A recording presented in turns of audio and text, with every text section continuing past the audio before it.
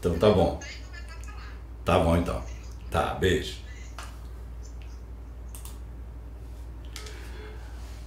Salve, salve pessoal, sejam bem-vindos aí ao meu canal. Sou Fabrício Bastos, sou promotor de justiça aqui do Ministério Público do Estado do Rio de Janeiro.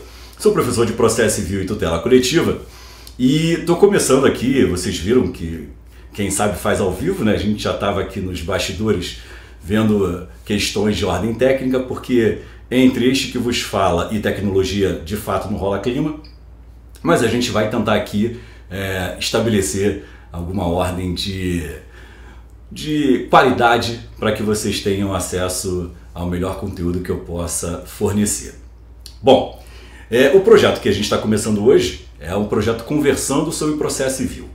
A minha ideia é sempre trazer para vocês temas pensados, temas selecionados, para que a gente possa, de uma forma bem objetiva, bem rápida, bem coesa, abordar questões que são de extrema relevância para a correta compreensão do estudo do processo civil.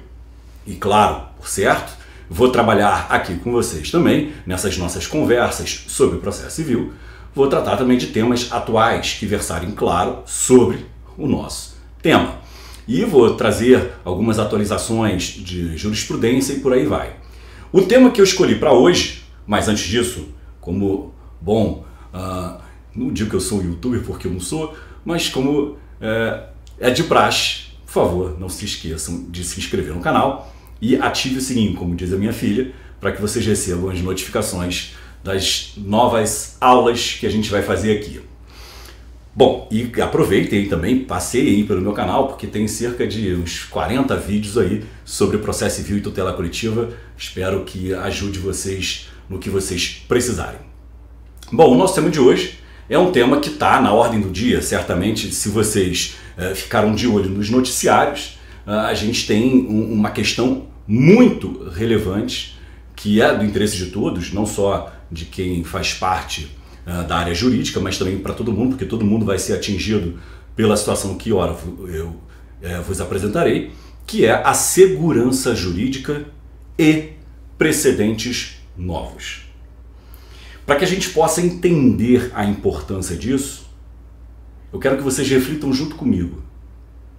Se porventura o Tribunal Superior modificar um precedente já consolidado sobre determinado tema, sobre determinada questão jurídica, esse precedente, ele pode retroagir, por exemplo, para atingir o seu caso concreto, que está em curso, para atingir o seu caso concreto, que já está encerrado, ou ele só vai atingir um determinado caso, um caso concreto, ou só com eficácia prospectiva. Vejam, essa é uma relevância não só no prisma acadêmico, mas principalmente no prisma prático. Porque eu vou ter que saber se essa nova decisão proferida pelo Supremo, pelo STJ, vai ou não atingir a minha esfera jurídica. Basta você imaginar ter sido vitorioso em uma determinada demanda em face do estado no qual você reside, transitou em julgado, você já está à espera de receber um precatório, vem o Supremo Tribunal Federal, muda o entendimento consolidado que foi usado como base para a sentença que lhe foi favorável e diz o seguinte: olha, a partir de agora não é mais assim que vai acontecer. Mudei meu entendimento e a partir de agora todos os casos concretos que versam sobre esse novo entendimento vão ter que se mudar as suas decisões. Então, veja, você que até então tinha uma legítima expectativa de um resultado, passa a não ter mais a possibilidade de usar esse título executivo em seu favor. Então esse é o primeiro ponto que a gente vai ter que trabalhar, a eficácia temporal dessa modificação do precedente. Como é que eu trabalho essa ideia? Segundo ponto, eu estou fazendo uma breve introdução para que vocês possam entender tudo que a gente vai tratar aqui. Próximo ponto. O que vem a ser segurança jurídica? Qual é o vetor, qual é a diretriz da segurança jurídica? Para que ela serve? Que valor é esse que a gente atribui à segurança jurídica e quais são os seus elementos? Esse é um ponto que a gente também tem que trabalhar.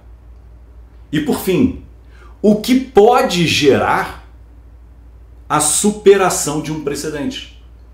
E aqui eu vou me abster de trabalhar tecnicismos. Eu quero trabalhar do ponto de vista pragmático mesmo. Como eu falei, vai ser uma conversa bem objetiva, bem clara. O que o tribunal tem que levar em consideração para superar um precedente? O que nós vemos hoje nos tribunais superiores, principalmente? Vamos dizer, quase uma relação de posse entre um precedente e o relator do acórdão. O que eu quero dizer com isso? Eu, ministro de uma corte superior, tenho um entendimento em um determinado sentido. E não interessa que só eu, dentro da corte, tenha esse entendimento. Eu me apego a ele. Não interessa se a corte já sedimentou o entendimento em uma determinada direção. Eu vou continuar proferindo decisões contrárias a essa orientação predominante. Vejam, isso é segurança jurídica? Isso é um novo precedente? O precedente pertence a mim ou o precedente pertence à corte? Então essas são questões que a gente tem que trabalhar. Logo assim que surgiu o cenário fático pandêmico, muitos já profetizaram, e nós vimos que com total razão, muitos profetizaram o seguinte, que vai haver uma guerra de liminares. Vai haver dispersão de precedentes. Para mim nem era muito difícil profetizar isso. Para mim isso era óbvio, era claro que isso iria acontecer. Porque essa é a nossa cultura jurídica, nossa baixa densidade cultural. Mas veja, eu não preciso ir muito longe. Basta voltarmos ao fim de semana da Páscoa, agora de 2021. O que nós vimos? Uma decisão monocrática que ignorou precedentes consolidados. Eu não estou entrando no mérito da decisão.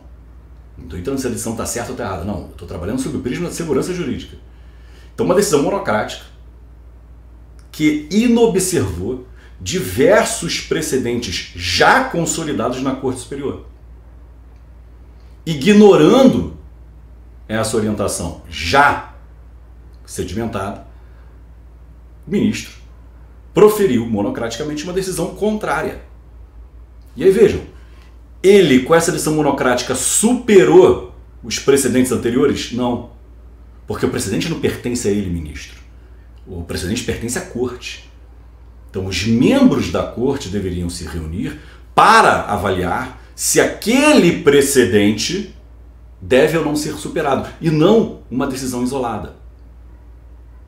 Então vejam, isso gera insegurança jurídica. Então esse é o ponto que eu quero trabalhar. Eu estou aqui fugindo de polêmicas. Repito, não estou trabalhando com o mérito da decisão dele. Estou trabalhando somente sob o prisma da segurança jurídica. Então são esses os 3 pontos que a gente vai tratar nesse nosso encontro de hoje, nessa nossa conversa sobre processo civil. Fechado? Então vamos lá. Primeiro ponto. Qual é a ideia de segurança jurídica? Qual é a sua importância em nosso sistema jurídico?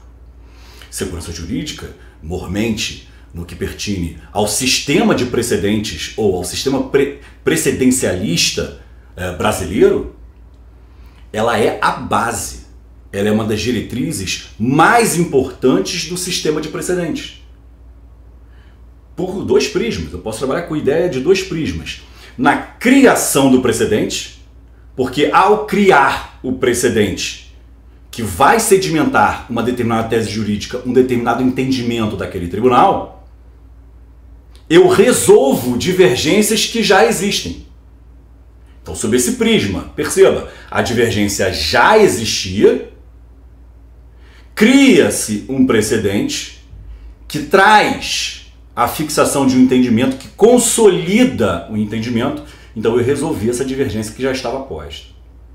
Sob o outro prisma, eu mantenho esse precedente como regra. Então não adianta só eu criar um precedente e abandoná-lo a seguir. eu tenho que criar esse precedente e manter esse precedente. Por isso que se fala, a ideia de segurança jurídica ela tem que passar por estabilidade, ou seja, os precedentes devem ser criados para que possam se perpetuar, ou seja, para que sejam estáveis. 2. A segurança jurídica tem como segunda vertente a continuidade do ordenamento jurídico. Em que sentido seria essa continuidade do ordenamento jurídico? Justamente manter aquela orientação salvo decisão posterior. Salvo decisão posterior. E 3, a coerência. Ou seja, se o órgão jurisdicional que profere aquele precedente, que profere aquela decisão judicial que se reveste da qualificação jurídica de precedente, e claro, observando os requisitos e pressupostos de um precedente, a ideia é que ele, órgão jurisdicional, seja coerente com o próprio entendimento do órgão ao qual pertence. Então, esses são os 3 vetores. Mas qual é o valor intrínseco da segurança jurídica? Proteção da confiança, legítima expectativa. Eu costumo sempre dizer para quem conversa comigo sobre teoria dos precedentes, e afirmo o seguinte, vou continuar afirmando isso até que alguém me prove o contrário. Eu prefiro um precedente ruim, porém estável, do que dispersão de precedentes. Então eu prefiro um precedente ruim, porém estável, do que uma dispersão de precedentes. Olha só um exemplo simples para que vocês possam entender. Como foi a evolução da jurisprudência do Supremo Tribunal Federal no que tange à prescritibilidade da pretensão de ressarcimento erário. Prescritibilidade da pretensão de ressarcimento erário. Eu posso aqui resumir em 3 fases. 3 fases. Primeira fase, entendimento consolidado tanto no Supremo quanto no STJ, imprescritibilidade. A doutrina dominante já sustentava isso. STJ e Supremo é imprescritível. Ok? Bom. Depois veio uma segunda fase. Só vai ser imprescritível quando a causa de pedir da pretensão de ressarcimento erário for prática de ato de improbidade administrativa. Se a causa de pedir for um ato ilícito comum, a pretensão é prescritível. Aí vem a terceira fase, que é a atual. A imprescritibilidade só vai incidir quando for o caso de conduta dolosa. Então tem que ser um ato de improbidade administrativa com uma conduta dolosa. Ah, mas Fabrício, pô, e aí por isso que é a conversa, a gente tem que debater aqui. Ah, mas Fabrício, teve segurança jurídica? Não, não teve. Porque percebam, primeiro era imprescritível, não interessava o tipo de ato. Depois só foi imprescritível o ato de improbidade. E em terceiro ponto, só é imprescritível se for conduta dolosa. Aí eu vos pergunto, esse é o ponto, aí eu vos pergunto, o que aconteceu em nosso sistema jurídico entre essas 3 fases que justifica a mudança do precedente? Repito, o que aconteceu em nosso sistema jurídico para que tenha ocorrido essa mudança de precedente? Nada. Não teve nenhuma lei nova dispondo sobre o tema. A regra constitucional do artigo 37, parágrafo 5º da Constituição permanece a mesma. não teve nenhuma mudança no seio social ou cultural para que exigisse essa mudança. Então percebam como esse tema segurança jurídica deve nos ser caro. Essas 3 etapas que o Supremo trabalhou, essas 3 etapas geraram insegurança jurídica, geraram problemas de ordem prática. Há processos que estavam em curso, processos findos, investigações findas e investigações que estavam em curso. Então perceba o problema que a gente enfrenta aqui. E eu não me refiro só à seara do Ministério Público, não, eu me refiro também ao jurisdicionado, ao camarada que era investigado, ao camarada que era réu na ação de improbidade. Porque vejam, e se o cara foi condenado? Se o cara foi condenado com reconhecimento de uma conduta culposa que lesou o erário e o juiz, seguindo à época o precedente que estava em vigor, condenou esse camarada. Veja só, o cara tem uma condenação por improbidade administrativa. Aí meses depois vem o Supremo e fala, não, olha, não é mais assim. Agora só vai ser imprescritível conduta dolosa. Vejam, tem que ter alguma justificativa para isso. Aí entra um ponto que não só eu levantei na minha dissertação de mestrado, como também o meu amigo pessoal e colega de MP, Gustavo Nogueira, também sustenta. Não é possível alteração de entendimento consolidado com base exclusivamente em mudança de composição do órgão colegiado. Porque se eu admitir que venha um ministro novo na Corte Superior, seja STJ, seja Suprema, e simplesmente por ele ser novo, ele quer mudar os precedentes, porque o entendimento dele é diferente, isso está errado. Isso viola a legítima expectativa, a proteção da confiança, viola a segurança jurídica, viola a unidade do ordenamento jurídico. Porque, repito, a exaustão, peço desculpas pelo truísmo, mas o precedente pertence à corte, não pertence ao membro da corte. Então, quando o membro novo da corte, quando há uma mudança de composição,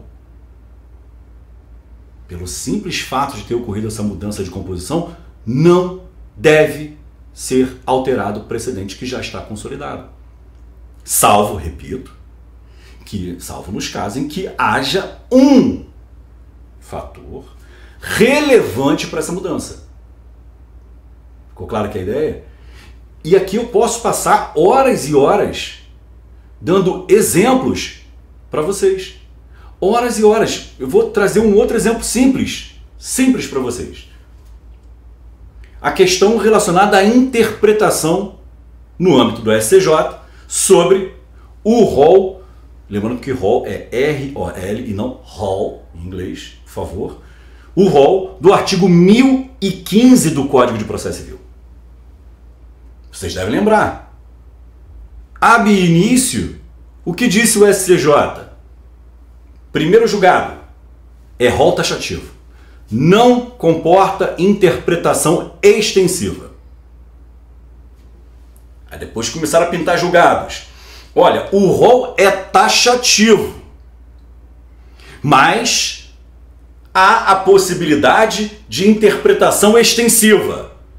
Aí vieram inúmeras decisões. Quem faz o meu grupo de estudos de processo civil deve lembrar que o material do agravo está sempre mudando, eu vou sempre botando na lista lá decisões. Agora não, porque agora está consolidado, mas sempre lá decisões novas. Começaram a pipocar diversas decisões dos órgãos fracionários, dizendo assim, olha, nesse inciso tal do artigo 1015, realmente diz que só cabe agravo de instrumento para essa hipótese, mas posso usar interpretação extensiva para autorizar a outra hipótese. Então essa foi a segunda etapa. Então imagina você, jurisdicionado, parte numa ação, porque eu, enquanto estiver no plano acadêmico, para mim tá lindo. No plano acadêmico eu vou debater, discutir, mas eu estou falando do cara que está na ponta. O cara que é autor, o cara que é réu, o cara que é sujeito daquele processo.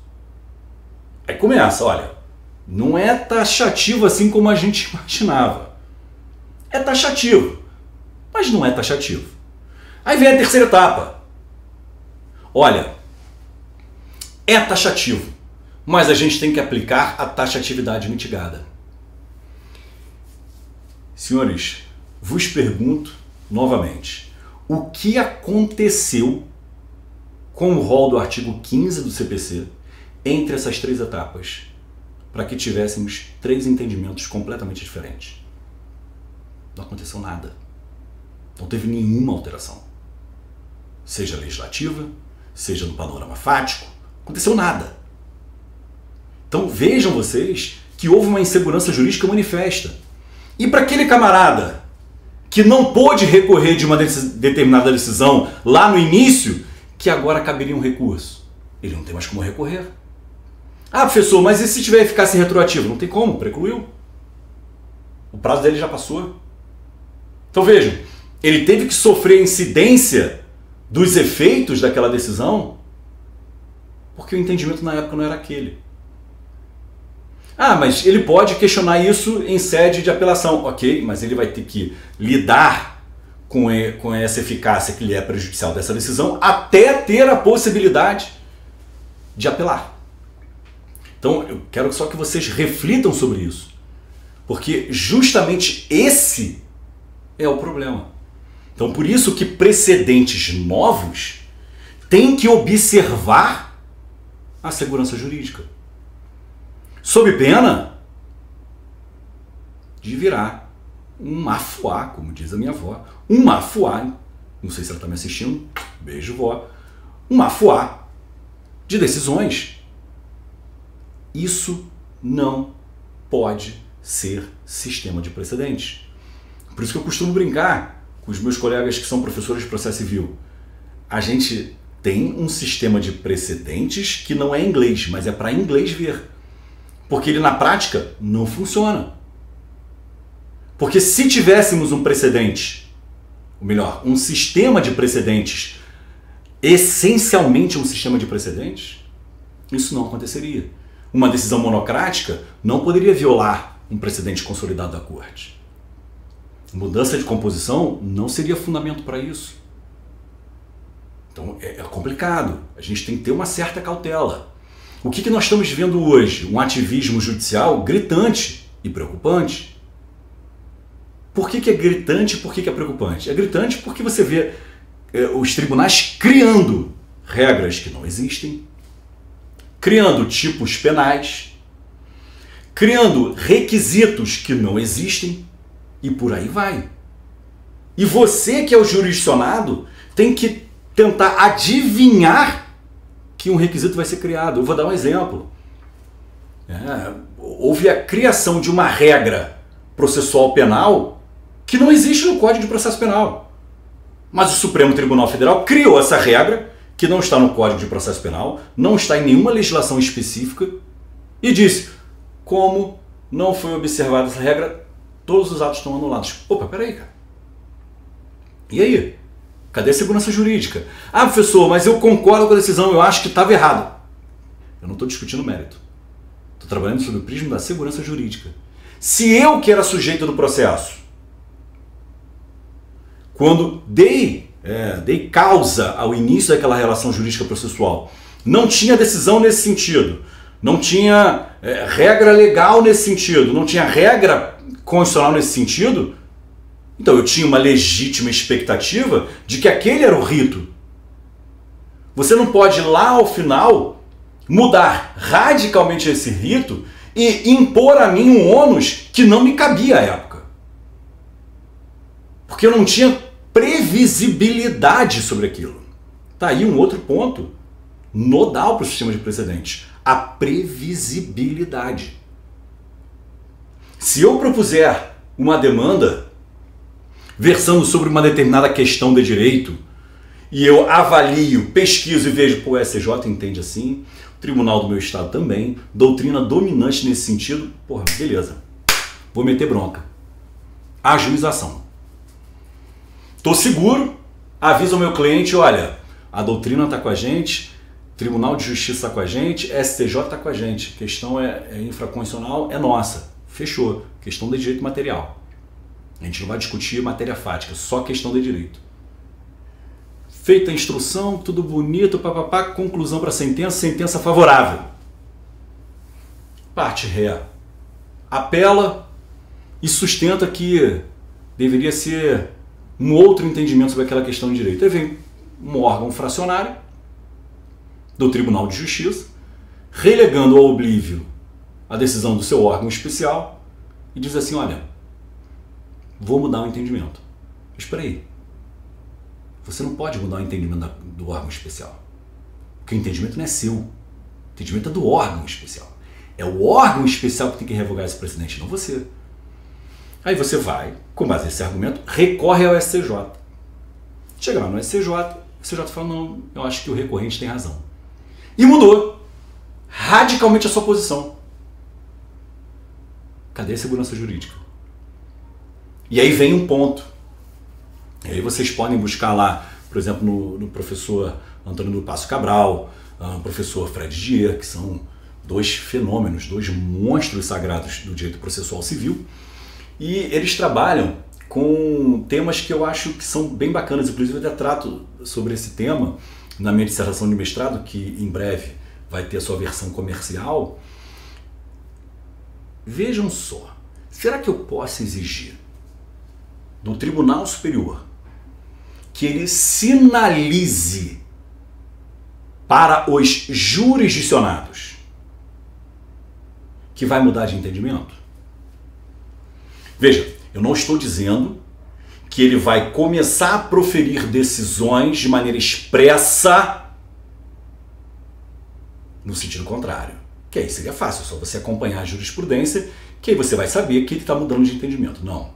Eu estou falando daquela mudança abrupta. De uma hora para outra, o entendimento era A, virou B. E aí, será que eu posso exigir do Tribunal Superior a sinalização? Pois bem, há autores que sustentam a aplicabilidade do signaling em nosso sistema jurídico.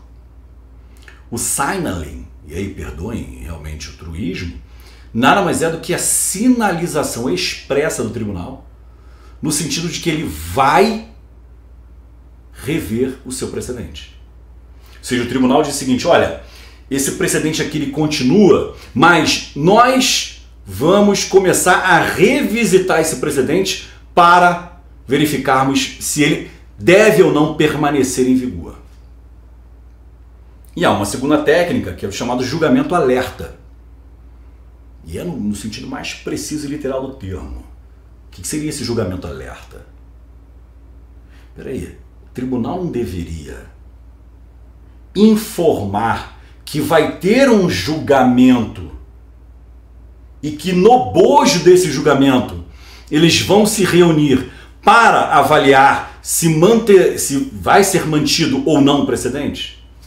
Então vejam, são duas técnicas que deveriam ser utilizadas e aplicadas por nossos tribunais, justamente para conferir previsibilidade, para proteger a confiança do jurisdicionado.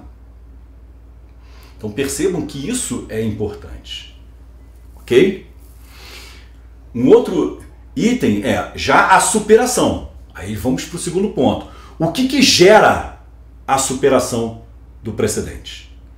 O que vai trazer como fundamento a mudança de orientação predominante? É claro que a gente vai ter e a superação a gente pode usar com um nome aqui também em inglês, lógico, que vem da common law, que é o overruling. Overruling. Eu sei que o meu inglês está igualzinho do Agostinho Carrara, mas é isso que eu tenho. A gente vai ter que se entender dessa forma, não tem como fugir. A ideia da superação do precedente, eu tenho que trabalhar 3 prismas. Primeiro prisma, qual vai ser o sistema para a superação desse precedente? Qual é o sistema que eu vou usar para esse precedente? Será que eu vou trabalhar com um procedimento específico que existe? Ou pode ser qualquer causa? Então, olha só, o que eu quero perguntar para vocês. Vocês sabem que a Corte Especial do STJ possui um precedente já ratificado inúmeras vezes em um determinado sentido. Mas você entende que esse precedente precisa ser superado. Aí eu pergunto, qual o mecanismo que você deve usar para obter a superação desse precedente? Aí você vai ter que ter um cuidado, porque a depender do precedente, você vai ter um mecanismo específico. Por exemplo, se o caso for de súmula vinculante, tem um procedimento específico na lei que regula a súmula vinculante. Então você tem que seguir aquele procedimento. Agora, em outros casos, e aqui eu não estou esgotando, estou só trazendo a guisa de ilustração, em outros casos, qualquer causa, qualquer instrumento pode gerar a superação, que é o que se chama de superação difusa. Qualquer instrumento, qualquer causa pode gerar a superação daquele precedente. Ao contrário da superação concentrada, que demanda o manejo de um procedimento específico. Tranquilo? Dentro ainda da ideia de superação, existe a possibilidade de uma superação implícita do precedente? Que a superação tem que ser expressa? Extremo de dúvidas. Até para a segurança do jurisdicionado, a superação tem que ser expressa. Mas a minha indagação foi essa. Pode ocorrer superação implícita? Ou seja, aquela que você olha no acórdão, você não vê, pô, não está superado aqui precisamente, né? Precisa de algo além do que aqui se encontra. A bem da verdade, alguma linha doutrinária até segue a orientação de que a superação implícita ela poderia ocorrer, porque demandaria a interpretação do jurisdicionado.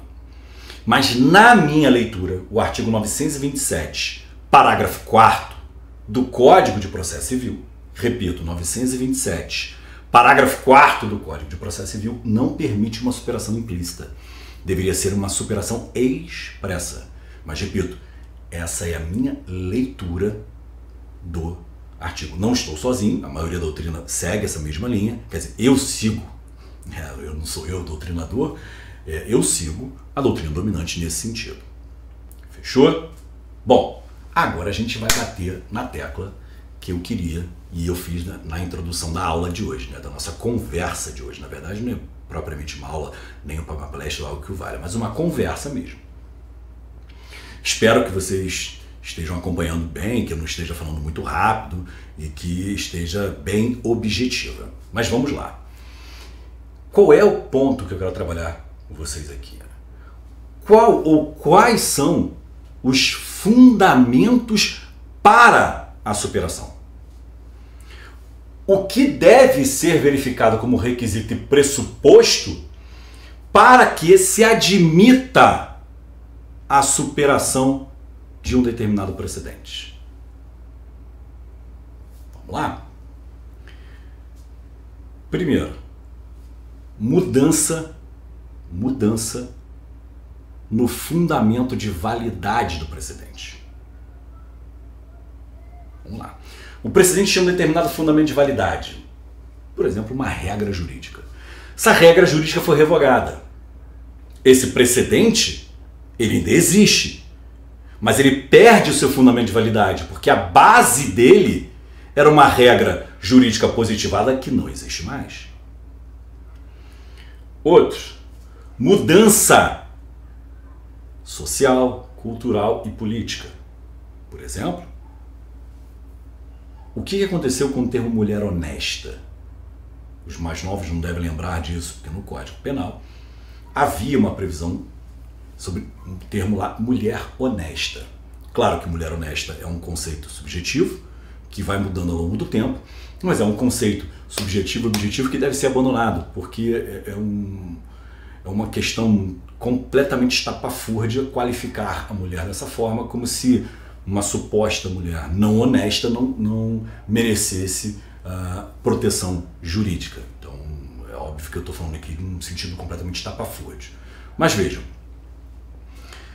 quando entrou em vigor essa regra que trazia o termo mulher honesta, ela fazia sentido à época, no ponto de vista social, no ponto de vista cultural.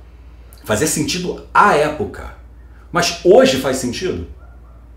Faz realmente sentido isso? Não, não faz mais sentido. Então, você tem que mudar essa linha. Isso que vale para uma regra jurídica positivada, vale também para o precedente. Porque se há uma perda da utilidade do precedente, ele tem que ser superado.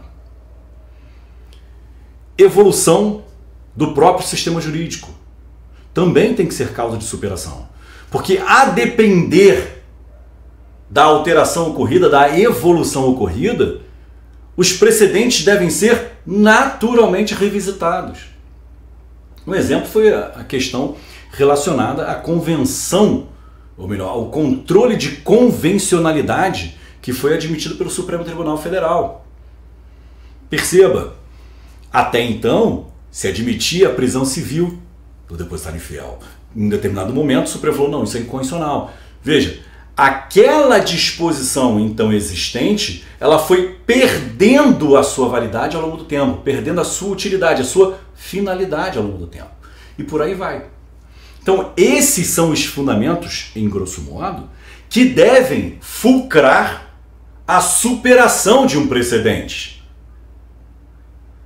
Repito, não é o entendimento pessoal do julgador, não é a mudança de composição de tribunal, não é viés cognitivo, não é viés ideológico, e por aí vai. Porque o que a gente vê em nosso sistema jurídico? Um precedente ele vai sendo cunhado, sendo ratificado e consolidado ao longo do tempo em determinado sentido. A partir do momento que esse precedente passou a prejudicar determinados sujeitos ou determinadas atividades, os tribunais superiores mudam esse precedente. É o que eu chamo de reviravolta jurisprudencial. Muda radicalmente. Parem de falar que muda 360 graus, porque se mudar 360 graus, volta para o mesmo ponto. Então muda 180 graus para o lado oposto, tá? Não esqueçam disso. Então vejam, essa maneira de superar precedente é uma maneira atécnica, imatura e incauta de superação de precedente. Fechado? Bom, já caminhando para o nosso último ponto da nossa conversa de hoje, eu já deixei até aqui no slide, espero que vocês consigam enxergar, mas a minha ideia aqui foi expor para vocês, olha só o problema que a gente vai tratar aqui. Falei com vocês sobre confiabilidade, previsibilidade, continuidade, estabilidade, segurança jurídica. Foram as nossas premissas. Comecei a falar sobre superação. Como que se supera? Qual o instrumento que eu uso para superar? Qual a importância dessa superação? Qual o fundamento dessa superação? Agora, nos resta saber o seguinte: qual é a eficácia temporal da superação de um precedente? Qual é a eficácia temporal para a superação de um precedente? Em outras palavras, um precedente até então consolidado, ele passa a ser considerado como superado. O que eu vou fazer? Vai ser uma eficácia retroativa, uma eficácia imediata ou uma eficácia prospectiva? Para vocês entenderem como que o tema é espinhoso, olha a quantidade de teses. 1, 2, 3, 4, 5 teses para tratar do tema. Eu vou começar com essa tese aqui que eu acho interessante. Essa tese ela é chamada de superação antecipada ou antecipatória do precedente. Superação antecipada ou antecipatória do precedente. que vem a ser essa superação? Essa superação nada mais é do que a possibilidade de um órgão jurisdicional inferior deixar de aplicar um precedente já consolidado por verificar que a tendência, percebam, a tendência é o órgão colegiado superior revogar, abandonar, superar o precedente. Por isso que se fala em superação antecipada ou antecipatória. Vejam, o órgão fracionário, órgão especial. O órgão especial vem tomando algumas decisões isoladas, contrárias ao precedente. O cara do órgão fracionário fala o seguinte: bom, há uma tendência de que ocorra a superação formal desse precedente. Então, simplesmente o que eu vou fazer? Vou deixar de aplicar. Vou começar a usar outra tese jurídica. Isso é a chamada superação antecipatória ou antecipada do precedente. Fechou? Há quem sustente, eu sou um deles, há quem sustente que não deve ocorrer a superação antecipatória porque ela se dá por um órgão jurisdicional que não é formador daquele precedente. Só pode superar e revogar um precedente o órgão jurisdicional que seja o seu formador. Fechou? Então vamos lá. Quais são as eficácias temporais da superação de um precedente? Eu separo em dois grandes grupos. Primeiro grupo, retroativa ou retrospectiva. Retroativa ou retrospectiva. Segundo grupo, prospectiva ou diferida. Prospectiva ou diferida. Vamos lá. Na retroativa, são duas vertentes, duas teses diferentes. Primeira, chamada de retroativa pura. Olha que interessante. Para essa tese retroativa pura, o novo precedente que supera o anterior, e não se esqueçam, porque quando a gente fala novo precedente, eu posso trabalhar com duas ideias conceituais. Primeira, é a primeira vez que surge essa questão no tribunal, então é um precedente novo, porque não existia nenhuma decisão sobre aquilo, ok? E também eu tenho a ideia de um precedente novo no sentido de superação de um antigo, fechou? Então eu vou usar precedente novo nesses dois sentidos conceituais, fechou? Pois bem. Então surge um novo precedente. Para aqueles que defendem essa tese, esse novo precedente pode ter eficácia retroativa, inclusive para alcançar os casos já julgados. Ou seja, mesmo quando já houve trânsito em julgado. Fechou? Na minha leitura, não deve ser adotada essa tese, salvo nos casos de controle de constitucionalidade, observando-se os procedimentos previstos no Código de Processo Civil. Tudo bem? Segundo tipo, superação, ou melhor, eficácia temporal retroativa clássica. É aquela superação que atinge os casos que estão em curso, desde que não tenha trânsito em julgado. Então até atinge os casos que estão em curso, mas desde que não tenha ocorrido o trânsito em julgado. Fechado? Próxima, eficácia temporal prospectiva pura. Qual é a ideia? Criou-se um novo precedente, ele só vai valer para casos futuros. Só para casos futuros. Não se aplica aos casos pendentes. Não se aplica aos casos que estão em curso. Só para casos futuros, ou seja, aqueles que ainda vão ser iniciados. Eu acho interessante a depender do caso concreto. Basta você abrir no 927, parágrafos 3º e 4º do CPC, 927, parágrafos 3º e 4º do Código de Processo Civil, que vocês vão perceber a possibilidade da modulação dos efeitos temporais. E aí repara, com base em segurança jurídica. É claro que a segurança jurídica vai ser o nosso prisma, a nossa base para que a gente afirme qual deve ser a eficácia temporal. Próxima, eficácia temporal prospectiva limitada. Prospectiva limitada. Significa dizer que a superação só vai atingir os casos que estiverem em curso. Só vai atingir os casos que estiverem em curso.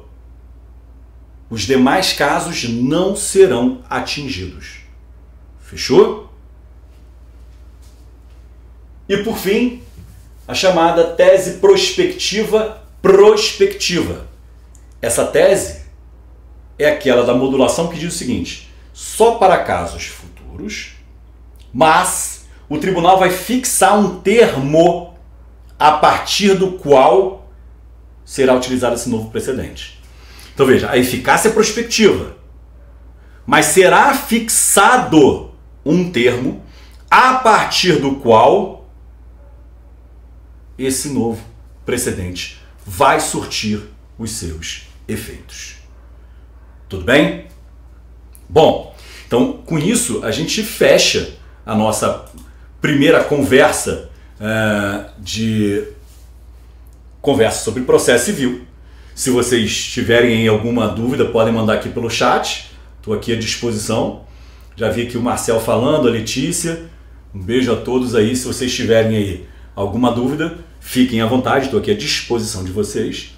Caso contrário, a gente encerra a nossa transmissão e fica aí já o convite para nossa próxima aula ao vivo, que vai ser na próxima segunda, cujo tema será prescrição intercorrente. Lembrando que teve uma alteração recente sobre o tema. Se vocês não tiverem aí nenhuma dúvida, me despeço de vocês, agradecendo e muito a presença de todos, principalmente a audiência e a paciência de vocês. Muito obrigado, porque afinal de contas vocês destinaram parte do tempo de vocês, e principalmente à noite, aquela hora que dá aquela fome. Espero que ninguém esteja jantando e comendo na frente do computador e me vendo, porque eu estou com fome. Então eu já acho aí um absurdo, um assinte. Espero que vocês tenham azia se estiverem comendo enquanto eu estou aqui com fome. Mas quero agradecer novamente a presença de vocês, a participação de vocês. Muito, muito obrigado mesmo. Espero que esse projeto cresça, não para benefício próprio, mas sim para benefício de vocês, que a gente possa aqui ter grandes conversas sobre o processo civil. Já me coloco à disposição, quem ainda não me segue no Instagram, é @prof. Fabrício Bastos. Podem mandar sugestões lá. Professor, eu gostaria que você fizesse conversando sobre o processo civil, sobre um determinado tema. É um tema que eu tenho dificuldade. Cara, eu destino aqui 1 hora da minha semana, a gente senta e conversa sobre isso com o maior prazer. E não se esqueçam, por favor, de se inscrever no canal e ative o sininho. Ok? Muito obrigado a todos. Um beijo aí, um beijo para Grazi, já vi aí a Lorena, a Karen, a Tati. Tati, beijo a todos. Boa noite, beijão, bons sonhos. Fiquem com Deus e se cuidem bastante, que esse cenário, infelizmente, ainda é lamentável. Tudo de bom para vocês aí, bons estudos.